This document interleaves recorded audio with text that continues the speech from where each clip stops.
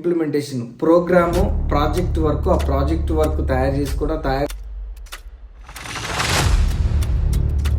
15 hours 25 minutes అయితే లాగిన్లో ఉన్నాం మనము. సో వెళ్తే కూడా వచ్చే అమౌంట్ కంటే చాలా తక్కువ.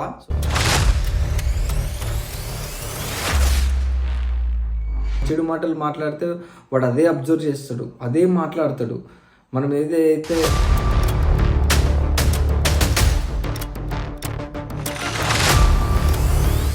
Hi friends, welcome back to the ఎస్పీకే business. So అందరూ ఎలా ఉన్నారు? సో ఈరోజు అయితే December 2nd వీడియో అయితే చేస్తున్నాను. So earning video. So already అయితే ఎర్నింగ్ చేశాను. సో ఈరోజు ఎంత చేశాను ఏందనేది ఫస్ట్ ఆఫ్ ఆల్ చెప్పుకునే కంటే ముందు సో చిన్న ఇంట్రడక్షన్. హాయ్ బ్రదర్స్, నా పేరైతే ప్రవీణ్. సో నేను హైదరాబాద్లో ఉంటాను. ఈ ఆన్లైన్ ట్యాక్సీ కార్ బిజినెస్ అయితే చేస్తాను. ఈ ఓలా, ఊబర్, ర్యాపిడోలో రైడ్స్ చేస్తాను. ఎవ్రీడే ఒక వీడియో అయితే మనకు యూట్యూబ్లో వస్తుంది. సో లాస్ట్ 2-3 days నుంచి వీడియోస్ అయితే చేయట్లేదు. ఎందుకంటే కొంచెం నాకు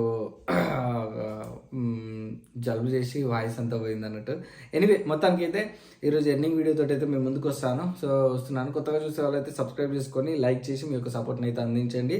సో ఈరోజు మనం ఎంత చేసుకున్నామంటే, ఎన్ని గంటలు లాగిన్ అవర్స్ ఉన్నామంటే ఒకసారి చెక్ చేసుకుందాం, చూపిస్తాను చూడండి.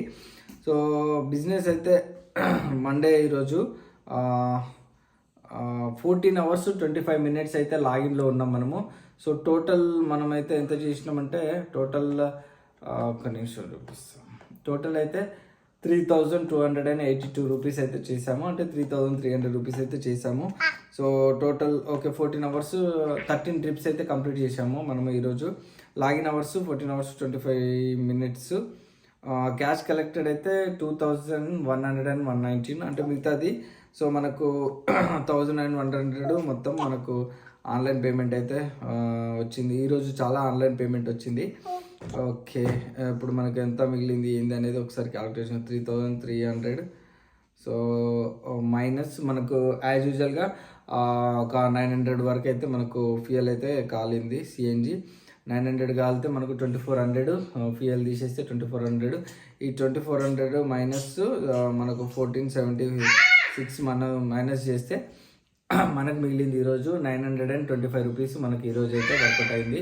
సో ఇది యాజ్ యూజువల్గా ఒక డ్రైవర్, సాధారణ డ్రైవరు మామూలుగా బయట యాక్టింగ్కి వెళ్తే కూడా వచ్చే అమౌంట్ కంటే చాలా తక్కువ. సో కాబట్టి అందుకనే ఈరోజు ఇంత వచ్చింది. నిన్ననైతే 500, మొన్ననైతే 600, మొన్ననైతే 550 అట్లా వస్తుంది.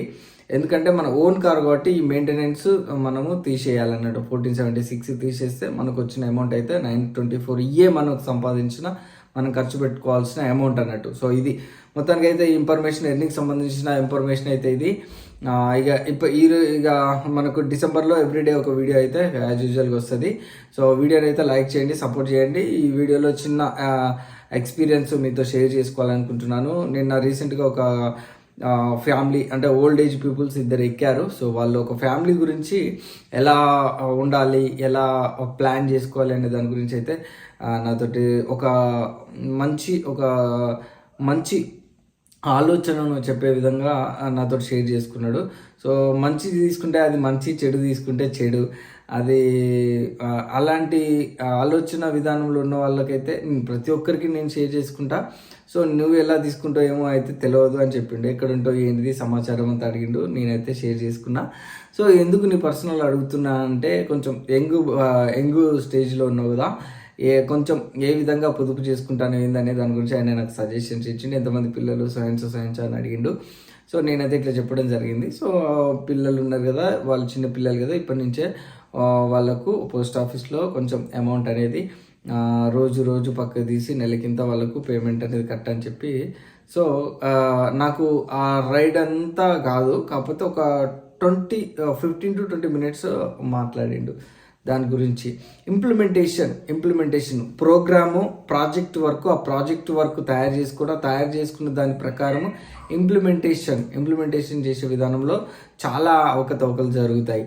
చాలా సమయము కేటాయించలేము. దీని గురించి అంతా క్లియర్ కట్గా ఎక్స్ప్లెనేషన్ చేసిండు. ఆయన ఎక్స్పీరియన్స్, తన పర్సనల్ విషయాలు కూడా తన కొడుకు తన పిల్లల విషయంలో ప్రతి ఒక్కటి ఎక్స్ప్లెనేషన్ చేసి చెప్పిండు. మనం ఏ విధంగా ఉండాలి, తల్లిదండ్రులను ఏ విధంగా చూసుకోవాలి. చాలామంది ఎందుకు యూట్యూబ్లో చెప్తున్నానంటే తల్లిదండ్రులను చూడరు. తల్లిదండ్రులు మనం కన్ని పెంచి పోషించి ఒక పెద్ద స్థాయికి తీసుకొచ్చి మనకి పిల్లలైన తర్వాత సో తల్లిదండ్రులను చెవిన పెట్టకూడదు. ఎందుకంటే మనకు ఒక స్థాయి వచ్చేంత వరకు వాళ్ళు చూసుకున్నారు కాబట్టి మనం చూసుకునే సిచ్యువేషన్లో ఉన్నప్పుడు వాళ్ళని మాత్రం ఎట్టి పరిస్థితుల్లో నిర్లక్ష్యం చేయకూడదు అని ఆయన ఒక మంచి ఎక్స్పీరియన్స్ చెప్పిండు. ఇప్పుడు నా పిల్లలు ఉన్నారు, నా పిల్లలను మంచిగా చూసుకుంటున్నారు.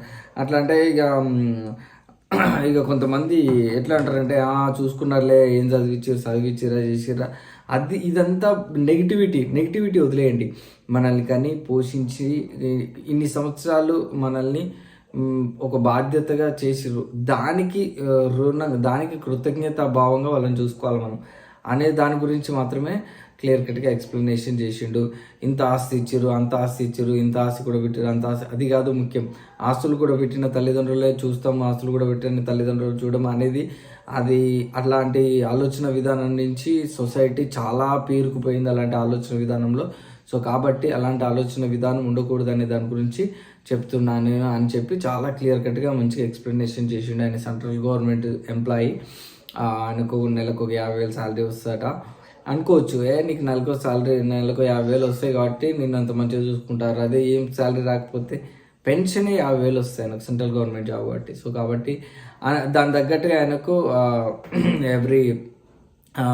ఎవ్రీ డే హాస్పిటల్కి వెళ్ళాలి, ఇంజెక్షన్ చేయించుకోవాలి, డయాబెటీస్, షుగరు, బీపీ, థైరాయిడ్ అన్నీ వచ్చేసినాయి అన్నట్టు. ఓల్డ్ ఏజ్ పీపుల్స్ మినిమం ఒక 60 years ఉంటారు. సో కాబట్టి ఇక కొద్దిసేపు లిమిటెడ్గానే మాట్లాడిండు. తర్వాత 1 word కూడా మాట్లాడలే డ్రాప్ అయిపోయేదాకా. 1 hour జర్నీలా 10 to 15 minutes మాట్లాడిన తర్వాత 35 minutes వరకు అసలు ఇంత కూడా ఆయనే మాట్లాడలే, నేనేం మాట్లాడలే. ఎందుకు ట్రాఫిక్లో అదే పెద్ద జింజు, దాంట్లో ఇక మాట్లాడు కరెక్ట్ కాదని చెప్పి ఆయన అయితే మాట్లాడలేదు. ఇది ఇప్పటివరకు అయితే ఆయన ఎక్స్పీరియన్స్ అయితే నాతో షేర్ చేసుకున్నారు, మీతో షేర్ చేసుకున్నారు. మన లైఫ్లో నా సబ్స్క్రైబర్స్ కూడా, నా అభిమానులు కూడా, సబ్స్క్రైబర్స్ ఎవరైతే తల్లిదండ్రుల విషయంలో కానీ పిల్లల విషయంలో కానీ ఎటువంటి బ్యాడ్ నెగిటివ్ ఆలోచన విధానం ఉంటే దయచేసి చెప్తున్నా, సో మానుకోండి. ఎందుకంటే మన తల్లిదండ్రులను మనం ఏ విధంగా చూసుకుంటామో రేపటి రోజున మన పిల్లలు మనల్ని అబ్జర్వ్ చేస్తారు. మనం చెడు మాటలు మాట్లాడితే వాడు అదే అబ్జర్వ్ చేస్తాడు, అదే మాట్లాడతాడు. మనం ఏదైతే వాడిని డాష్ నా కొడుకు అన్నాం అనుకో, వాడు కూడా అట్నే అంటాడు, వాడు కూడా అదే మాట్లాడతాడు, పెద్ద పెరిగినాక అదే మాట్లాడతాడు. బట్ మన పిల్లలకి సాధ్యమైనంత వరకు బూతులు నేర్పించకుండా పెంచడం అనేది నేర్చుకోవాలి. మన తల్లిదండ్రులను కూడా ఏ విధంగా ట్రీట్ చేస్తున్నామో అది దగ్గరుండి అబ్జర్వ్ చేస్తారు పిల్లలు. కాబట్టి గుడ్ వే, నీ కష్టమైనా కానీ అది మంచి వేలో నువ్వు ఎప్పుడైతే వెళ్తావో సో నీ పిల్లలు ఆటోమేటిక్గా అదే మంచిగా నేర్చుకుంటారు. అది పెద్దవాళ్ళు అయినప్పుడు దాని నుంచి తొలగిపోరు. కాబట్టి అదే నువ్వు ఏ విధంగా అయితే చూసుకున్నావో అదే విధానాన్ని గుర్తుపెట్టుకుంటారు.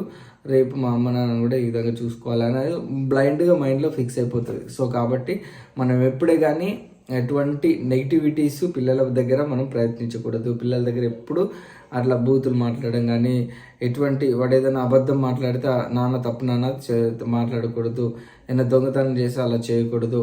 చిన్నప్పటి నుంచి నేర్పాలి. కొంతమంది దొంగతనం చేస్తే అప్రిషియేట్ చేస్తారు, దట్ ఈస్ నాట్ కరెక్ట్. వాడు పెద్ద అయినప్పుడు పెద్ద గజ్జ దొంగ అవుతారు. కాబట్టి మనం ఎన్నో సినిమాలు కూడా చూస్తూనే ఉంటాం, చాలా చూస్తూనే ఉంటాం. కాబట్టి ఎప్పుడు అలాంటి వాటికి మనము పిల్లలను పెంచే విధానంలో అలాంటి మనం చేయకూడదు. ఓకేనా? ఇంకా లేట్ అయిపోయింది, నైట్ అయితే 11 దాటింది. సో మీకు ఇన్ఫర్మేషన్ ఇవ్వాలి కాబట్టి 11:14 అవుతుంది.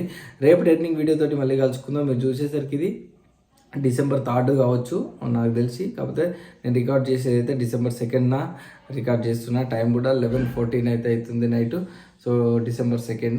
సో ఓకే, రేపు December 3rd వీడియోతోటి ఎర్నింగ్ వీడియోతోటి మళ్ళీ కలుసుకుందాం. Take care, bye bye, signing off SPK business.